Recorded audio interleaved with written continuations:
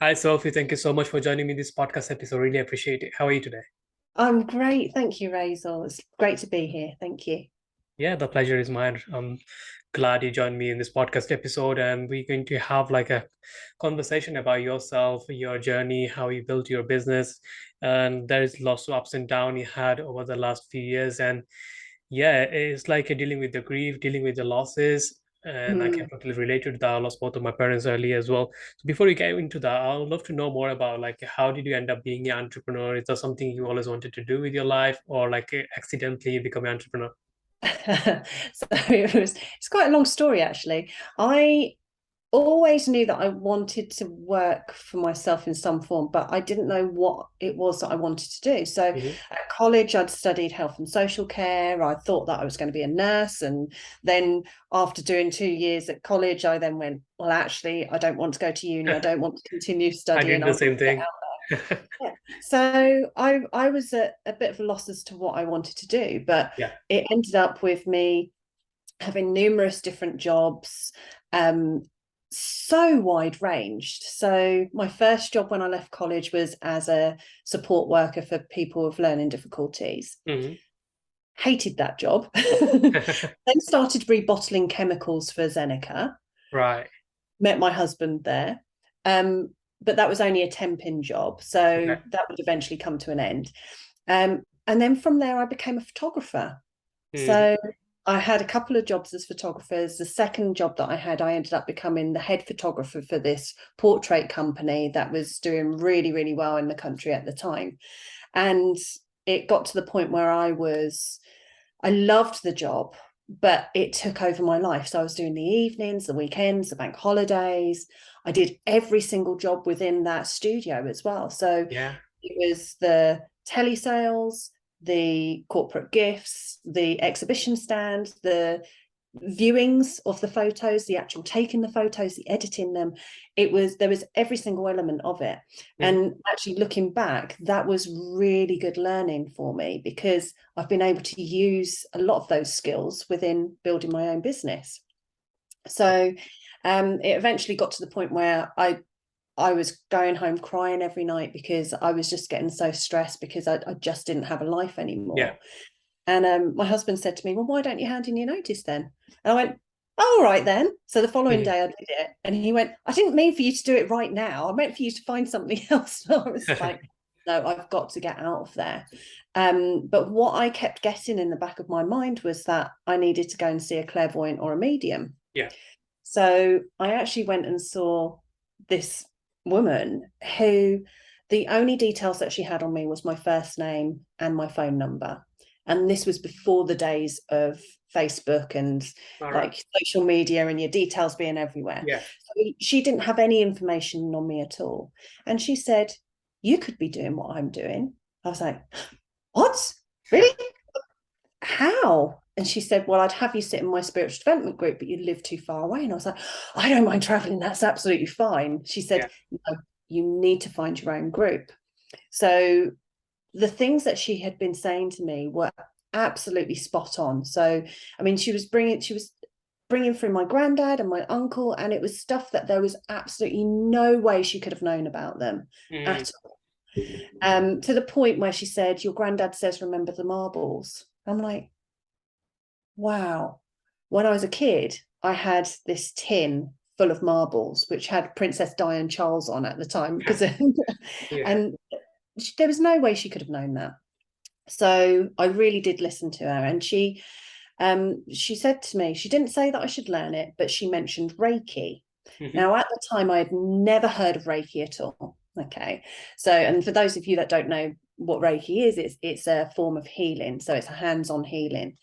And um, so I left there and I was thinking, right, okay, I need to find out what this Reiki thing is, and Right. I need to find a spiritual development group. Yeah. So the next step I took was like literally a couple of weeks later, there was a psychic fair going on down the road from where I lived. Mm. So I went along and I walked in. And when I walked in, the first person that I saw was a Reiki tip master. She was advertising that she taught Reiki. So I went and had a chat with her, ended up signing up for a weekend course. went along to this weekend course, and it turned out it was just me and one other woman on the course for the whole weekend. So I was like, oh, this is great. So she'd got her friend along for us to practice on. Okay. And I started, when it came to the time for me to work on him, I started working on him. And afterwards, he sat up and he said to me, all I'm getting is the future's bright. I thought, well, that's a bit of a strange thing to say after I've just been doing healing on you. That's very bizarre. Anyway, turned out he ran a spiritual development group. Right. So it was just like, as soon as I had made that decision that that was the pathway that I actually wanted to go down, all the right people just appeared in front of me. So that was the beginning of me having the real sort of like drive to then start thinking about having my own business at some point. And in the meantime, obviously, because I hadn't been doing the Reiki very long, I got another job, which was as a pharmacy technician. Hated it, couldn't stand it at all. But I ended up staying there for 7 years. Wow. And what it allowed me to do in that time was to do all my levels of Reiki, learn other therapies as well, start sitting in the spiritual development class and start really building up my skills. And so that was 17 years ago now. So working in that pharmacy job, we then moved into the semi-detached bungalow next door to my parents. And in 2012, we're living there, we're renovating it because nothing had been done to it since 1970. Wow. My parents are living next door, and my mum, who was 56 at the time, she was diagnosed with early onset Alzheimer's, and then 3 months later, breast cancer. Obviously, I'm in a job that I hated. And my husband and I were also diagnosed with unexplained infertility. So I had all of that going on at once. And I actually thought I was coping, but in reality, how long I ago wasn't. that was, like, which year was it? Like, how long ago? 2012. Okay, everything was going on in the same year. Yeah, everything. It's like I think it was the February my mum was diagnosed, and then it was just one thing after another. So I realized that actually, because it all came to a head because I started doing stuff that was completely out of character. And that is what brought my attention to something has got to change. So I took a step back and I looked at all the different situations that were going on. And I said, okay, well, what do I have control over? And obviously it was my job. So again, I then made another decision. My decision was, right, I want to be running my own business. I want to be doing the healing work. Let's go from there. So I decided to speak to my boss and say, look, I'm going to look for a part-time job so that it then gives me time to build my business up. And he said, well, why don't you go part-time here? I was like, I can do that. It's like, yeah, just let me know what hours you want to work and we can sort it out from there. So that's what I did. And being in the pharmacy, obviously I had customers coming in that were regular customers coming in for their prescriptions. So I would get to know them, and they trusted me because I was helping them with their medication. And I'd end up having the conversations with them about, well, have you tried healing? And that's where I started getting my clients from. So I'd go around to their houses after work and do the healing treatments on them.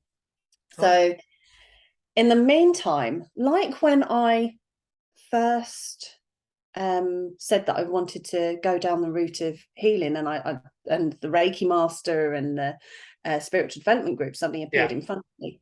The same thing happened as soon as I made the decision I was going to run my own business. So I ended up with a business coach. I wasn't looking for one. She just appeared, and I was like, actually, you know what? This would be a really good idea. So I ended up going along to her 3-day seminar, signed up for that. In the meantime, like, a week before, I had already decided in my head I was going to hand in my notice after going to this seminar. And I Right. knew that I had to learn as much as possible about marketing my business. Yeah. But in that week, I actually had a big argument with my boss. I said, I wasn't going to do this just yet, but as of the 1st of January 2014, I'll no longer be working here. So I knew when I went to that seminar, I really had to knuckle down and learn how Yeah. to market my business. So I ended up signing up to work with her. And as I said, by January 2014, I was running my business full time. So, Yeah.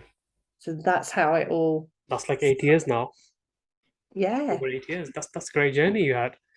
So like tell yeah. us a little bit about your like the grief, the loss you had, and obviously you had like your mom going through the breast cancer and you end up losing her. Is that happened like in 2012 or like after that? No, so everything started beginning in 2012, and then 2020 is when everything happened again. Everything happened all at once. Yeah. So, um, and that seems to be the theme in my life. So, in November 2019, my mum finally passed away, and I'm it so sorry to hear that. Yeah. thank you. But it was such a relief because she Yeah. had been suffering for so long, and Yeah. it was like had been grieving her all that time Mm, because I could see her disappearing. She was no longer the woman that had yeah. brought me up. She was something totally different. It was like her soul had disappeared, but her physical body was still here. Mm, So it was very difficult to be around her because she was no longer that woman that I knew and that I loved. Still yeah. loved her, And but also, you don't like to see your like your parents going through the pain and suffering. Like it's not mm, easy dealing with the cancer. Like in if you're like in a stage 3, stage 4 type of cancers. Like I know, yeah. like my dad was in a stage 4 lung cancer he had. Every night he used to scream, and I had nightmares till I was 25 years old. Every single night, Oh, I remembering them. Every night I used to wake up like a shaking because I'm thinking like my dad is passing out or like he's in pain and waking up because of the trauma I had. Because when he had a cancer, like I was 11 years old, and by the time he has died, I was 13. So he's mm, suffered for like 2 years, and yeah, the pain was horrible. And I can totally relate to the like how bad it can get, like yeah, if the medication is not working for you and you're on a stage 4. Yeah, yeah. It's so painful watching your loved yeah. one. And my dad didn't cope very well, so I ended up supporting him as well. So Mm, while my mum was still living at home with the Alzheimer's, because she did brilliantly getting over the cancer. yeah, And it was simply because of her mindset, because she was still very with it at the time. And she just said, just let them do whatever they need to do. right. Whereas I know, and I've studied with Macmillan nurses, so I've done cancer support course as well, and they said to me that actually the people that come through the cancer are the ones that really have the positive mindset and Mm, get on with it. So they always tend to have an idea as to who is really going to make it and who isn't. yeah. Um, but yeah, my mum was literally, yeah, just do what you need to do. So I think that really helped her get past that stage. But knowing that there isn't a cure for Alzheimer's, I think that was a very different scenario. So you could see her like going downhill, and it would get Mm, to the point where she would be making a cup of tea for herself. And this one day she had a wine glass, and she put hot water in it with something else, and I don't know what went into it, but it really was not drinkable. Being in a glass as well and being hot, yeah. it was just far too dangerous for her. So it was things like that we really had to keep an eye on my mum with. And eventually she went into a nursing home, which was great because they really looked after her. It was a great place that we found for her. Yeah. But my dad felt so much guilt because he had promised her that we wouldn't do that. Mm, But in the end, I had to say to him that we're going to have to, because it's not safe for her to be at home anymore. And I said, yeah. and if anything happens to you, Dad, then who's going to be caring for Mum? Who's going to be looking after her? So that was when we then got her into this amazing nursing home. Um, but so yeah, so moving on to November 2019, that's when she passed away, and that was a big relief for all of us. Yeah. Um, but what we didn't expect was 5 months later, in the April 2020, was for my dad to suddenly pass away in his sleep. Yeah. So sorry. And Yeah. it was just, I believe that he died of broken heart, Yeah. Yeah. because he didn't have my mum with him anymore. So It's the same yeah. happened with my mom. Exactly. Like she died within 3 months' time. My dad died in January. My mom passed away like in April. So within 3 months, and I was just turning. She just died. I was turning 14 day before my birthday, and wasn't expecting at all. I just came from playing football, and she was like, she's not feeling that well, and she got panic attack. Like Mm. she struggled for like a couple of hours, and we used to live in Bangladesh. So there is no NHS service or like ambulatory service where we live. By the time doctor came, it took like 2 hours. Or doctor just came downstairs in the garage, and she just took a last breath, and it Oh, just all of a sudden it just gone.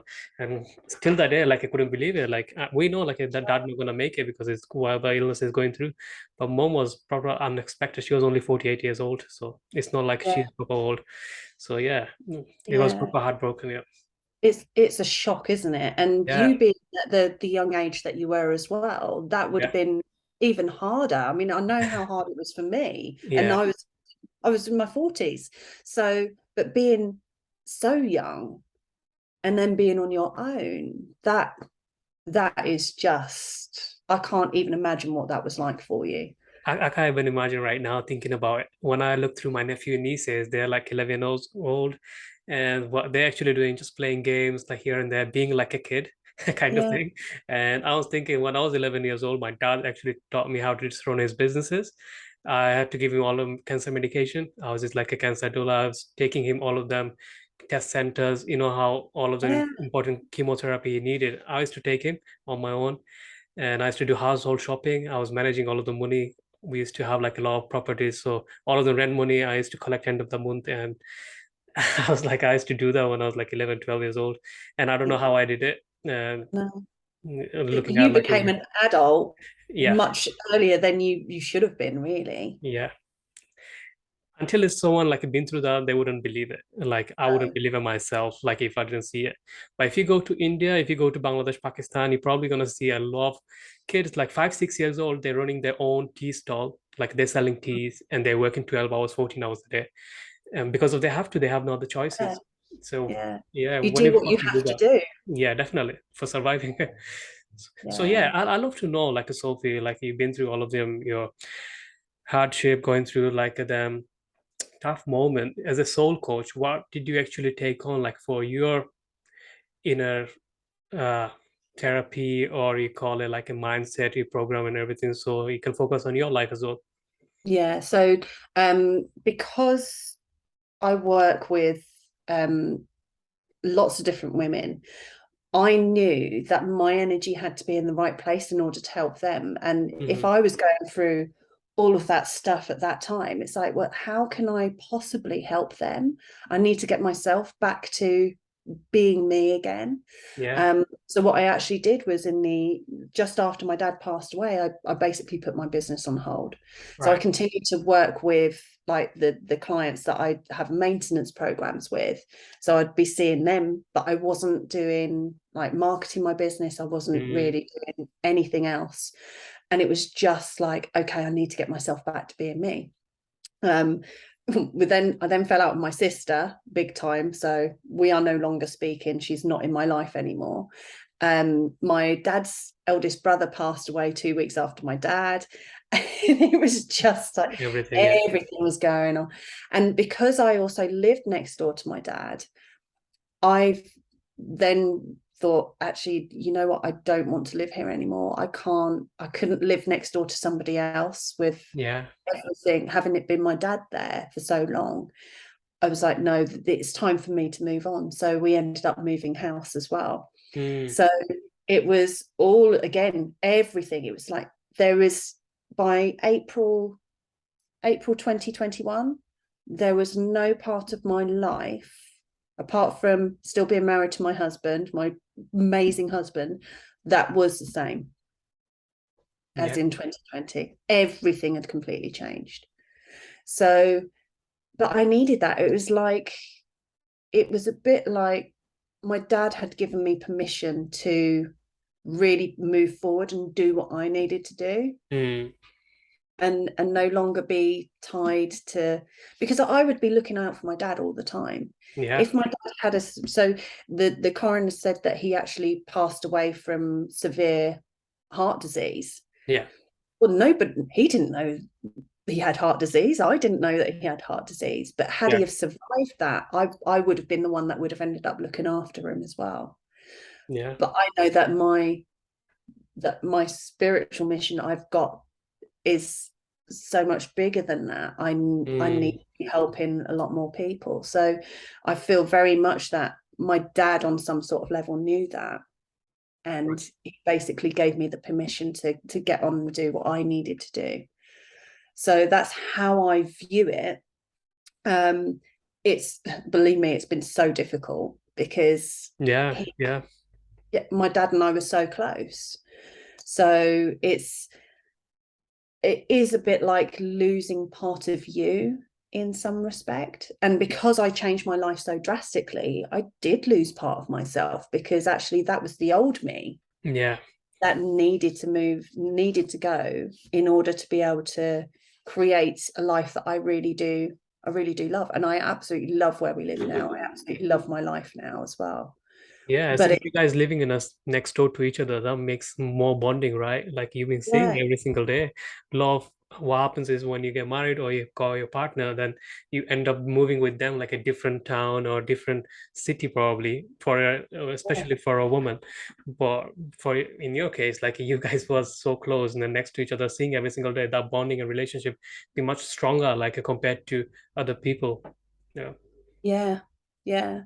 So I know my dad's around me a lot, because I being that I communicate with spirit and things, I do get these little signs every now Yeah. and then.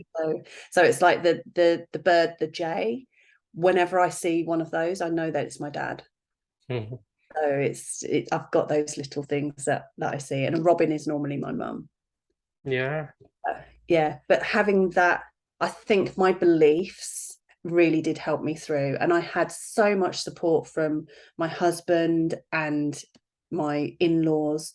And also I do a lot of networking, and the women within the networking groups, they were really, really supportive as well. So Mhm. I was really grateful for all of them, and some really close friends as well. Yeah, support is important. Like if you're close to the family or friends, this is the time like you need to be around with. So dealing with the loss or dealing with like any kind of grief.